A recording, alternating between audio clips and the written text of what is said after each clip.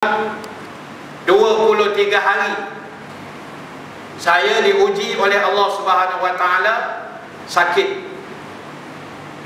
23. Sakit tu sakit apa? Sakit yang sinonim dengan orang Melayu lah. Apa dia sakit sinonim Melayu ni? Sihir dengan santau. Orang Melayu sebahagian itulah kerja dia. Dengan ustaz-ustaz disapunya sekali.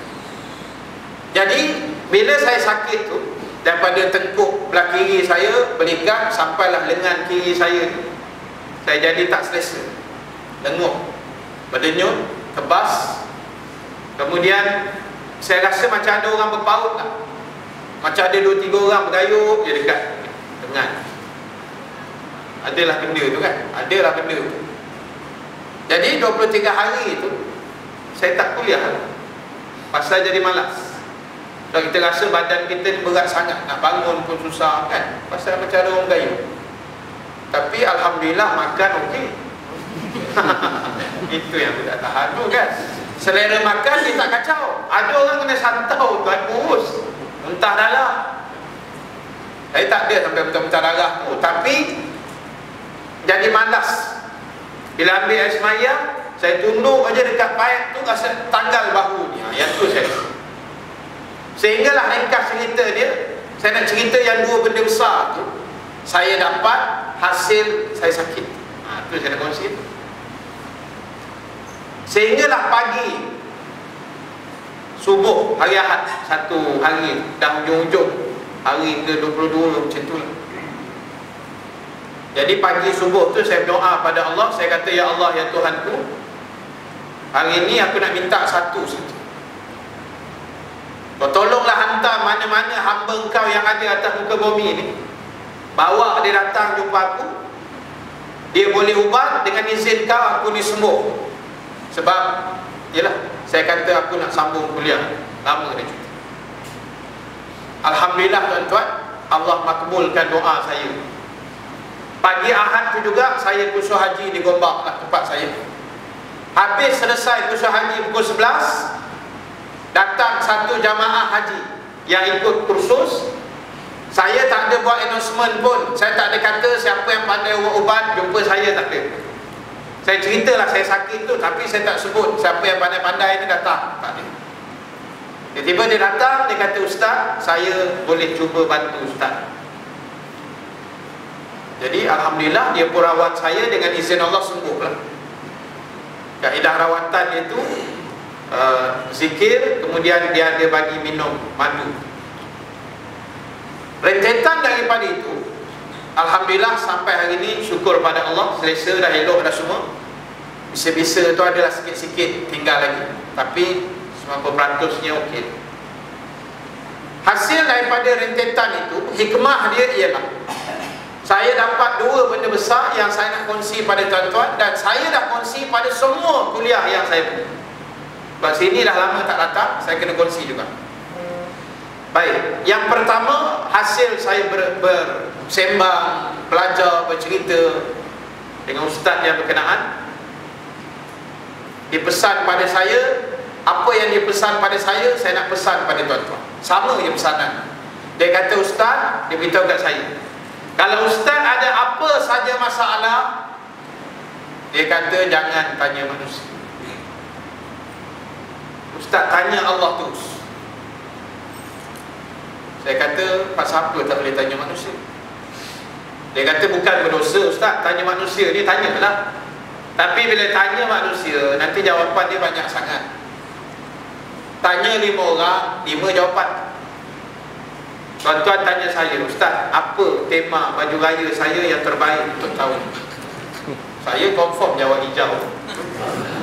Tanya orang lain, dia kata biru. Tanya orang lain, dia kata coklat. Tanya orang lain, dia kata hitam. Kan? Pandangan masing-masing. Tapi kalau tanya Allah, satu je jawapan. Saya kata balik, Ustaz, macam mana nak tanya Allah, Ustaz? Dia kata kita semayang istikharah. Semayang sunat istikharah. Semayang sunat istikharah ni ialah connection kita dengan Allah yang paling cepat sebenarnya. Dan Malam ni mungkin tuan-tuan mudah belajar, tuan-tuan pun pernah buat sembahyang istiharah tu, saya tahu. Dan banyak ulama ajar kaedah kepelbagaian macam mana nak dapat petunjuk dalam solat yang kita buat. Tetapi malam ni saya nak kongsi juga. Tuan-tuan dah tahu, kita tahu tu saya tak kisah. Kalau dah tahu, ini sebagai ulangan. Kalau belum tahu, ini ilmu yang baru untuk tuan-tuan. Kaedah dia yang ustaz tu ajar pada saya, yang saya akan, bukan ajar lah, mana kita kongsikan ilmu. Kalau ajar ni macam anda sangat kan, kita kongsikan ilmu. Kaedah dia sembahyang sama saja 2 rakaat macam biasa. Tapi dengan kaedah yang kita nak ejar sikit di awalnya itu, tuan-tuan akan dapat jawapannya terhadap apa yang tuan-tuan minta dengan kadar yang paling pantas. Biasa kita sembahyang istiharah berapa hari boleh dapat jawapan? 2 hari, kadang seminggu, kadang sebulan tak dapat. Tunggu mimpi 14 kali tidur tak mimpi-mimpi kan. Jawapan tak dapat, lambat. Jawapan ni Allah hantar dalam bentuk kadang-kadang mimpi, kadang-kadang bayangan, kadang-kadang gerak hati. Dan bila kita faham betul-betul apa yang kita minta, sebenarnya Allah bagi jawapan sebenarnya. Tapi kadang-kadang kita tak faham bentuk jawapan yang Allah bagi itu. Kadang-kadang kita tak faham. Sebab Allah ni kita ibaratkan macam profesor yang terlalu hebat. Kita ni macam budak-budak sekolah tadika. Jadi tak bayang profesor hebat cakap kat budak tadika, melopok, tak tahu benda kan. Dia hantar jawapan melalui mimpi, dah tak faham pula. Telefon ustaz, lagilah saya tak tahu. Ada baru ni dia mimpi. Dia kata, ustaz saya mimpi sembahyang istiharah lah tu. Lepas tu mimpi kata dia.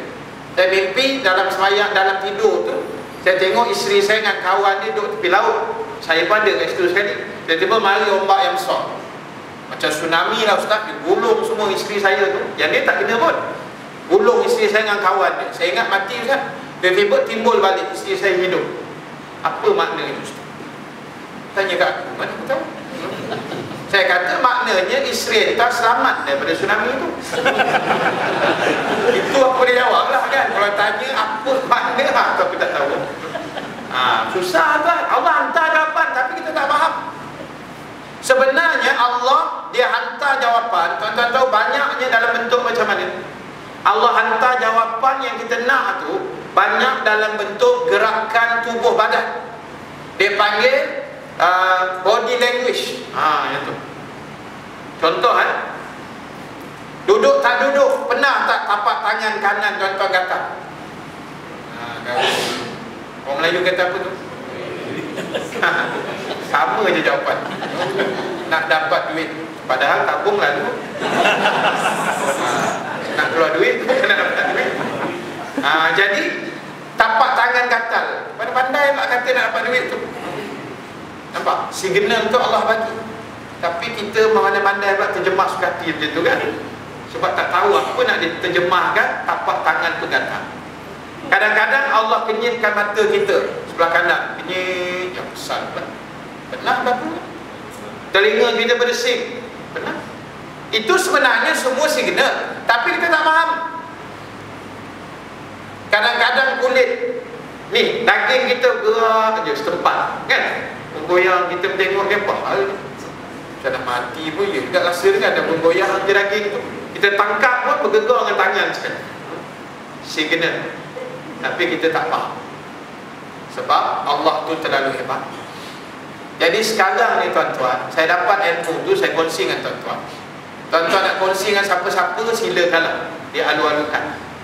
Dan praktikalnya tuan-tuan boleh buat lepas Isya. Caranya tuan-tuan akan buat nanti, tuan-tuan akan dapat jawapan yang kita hajat, yang kita muskilkan itu. Tuan-tuan boleh dapat jawapan dia sebelum tuan-tuan habis memberi salam. Laju gila. Belum bagi salam dah tahu jawapan. Tak huru ke macam tu. Unified lah, unified. Dia bukan broadband, ni broadband lah. Jadi nak tahu cara dia. Ada bawa ni mulut pengeras mulut kucing kan. Baik, dia macam ni.